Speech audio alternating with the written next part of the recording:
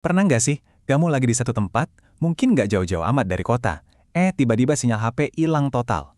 Buat sebagian besar dari kita, itu mungkin cuma gangguan sesaat. Tapi buat jutaan orang di negara kepulauan kayak Indonesia, itu tuh kenyataan sehari-hari. Nah, hari ini kita bakal ngebahas sebuah lompatan teknologi yang luar biasa besar dalam konektivitas.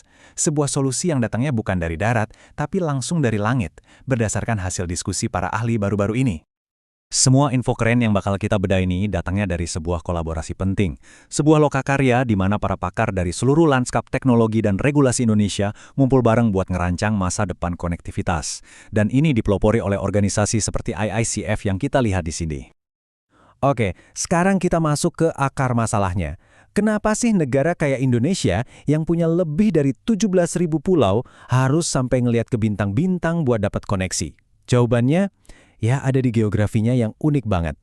Coba deh bayangin sebentar, gimana rasanya kalau kamu bisa kirim pesan, nelpon, atau minta bantuan darurat dari puncak gunung terpencil, di tengah lautan, atau di lembah yang tersembunyi, hanya dengan HP biasa yang ada di kantong kamu sekarang. Pertanyaan inilah yang jadi pendorong revolusi teknologi yang lagi kita bahas. Lihat deh, slide ini nunjukin tantangan inti Indonesia dengan jelas banget. Ngebangun tower BTS buat menjangkau setiap sudut itu susah dan mahal luar biasa, di tengah lautan luas dan medan yang berat. Ini yang akhirnya nyiptain banyak banget blank spot atau titik buta, bahkan di lembah-lembah dekat kota kayak Bogor. Buat operator seluler, ini seringkali nggak masuk hitungan bisnis. Dan yang paling penting, pas bencana alam datang dan tower di darat rusak, ya udah komunikasi putus total. Oke, tantangannya udah jelas ya. Sekarang solusinya apa dong? Nah, ini dia yang namanya Non-Terrestrial Network atau disingkat NTN. Dan ini benar-benar sebuah game changer. Sederhananya gini, NTN Direct to Device itu artinya HP kamu, ya HP yang lagi kamu pegang sekarang, bisa nyambung langsung ke satelit di orbit. Nggak perlu lagi piringan parabola gede, nggak perlu perangkat aneh-aneh, cuma butuh HP kamu dan langit yang terbuka. Nah, ini yang penting banget buat dicatat. Teknologi ini itu nggak dirancang buat gantiin 4G atau 5G yang kita pakai di kota. Anggap aja ini kayak jaring pengaman, sebuah lapisan tambahan yang ngisi semua celah di mana sinyal seluler biasa nggak nyampe. Jadi ini partner bukan pengganti. Nah, ini ngejelasin banget kenapa cara baru ini jauh lebih keren. Selama ini kan telepon satelit itu pakai sistem proprietary yang mahal, ribet, dan butuh perangkat khusus. Tapi standar NTN yang baru ini dibangun di atas teknologi global 5G dan LTE.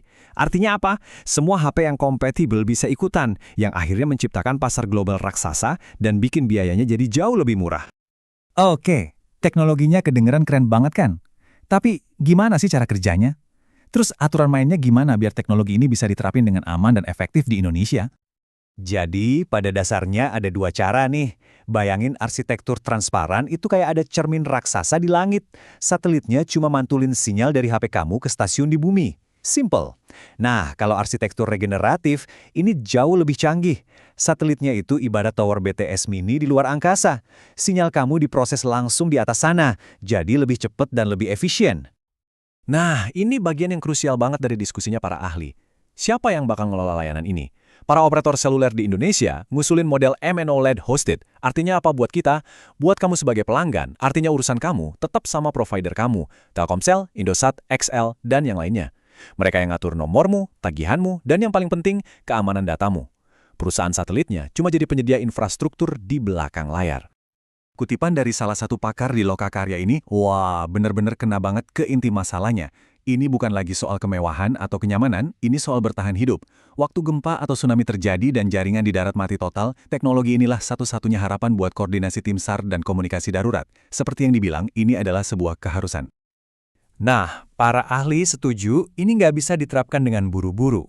Sebaliknya, mereka udah ngusulin sebuah perjalanan yang cerdas dan bertahap. Yuk kita lihat gimana mereka merencanakannya.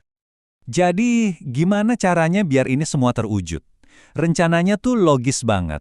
Pertama, jangan langsung bikin aturan permanen. Bikin dulu sandbox regulasi, semacam area uji coba di mana semua pihak bisa ngetes dan belajar bareng.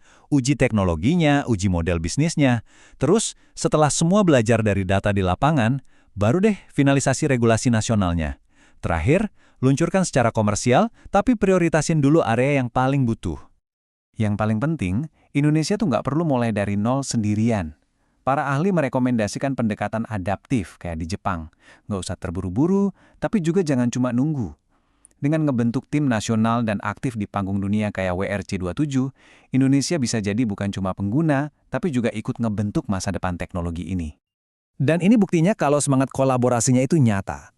Lebih dari 130 orang dari semua sektor, pemerintah, akademisi, operator, perusahaan satelit, ngumpul bareng.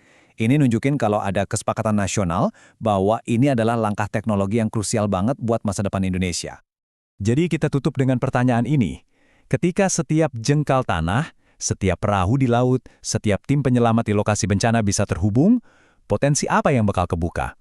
Ini bukan cuma soal nutupin blank spot, ini soal ngebuka pintu-pintu kemungkinan baru buat ekonomi, keselamatan, dan inovasi di seluruh penjuru Nusantara. Masa depan konektivitas sedang ditulis ulang, dan Indonesia ada di barisan terdepan.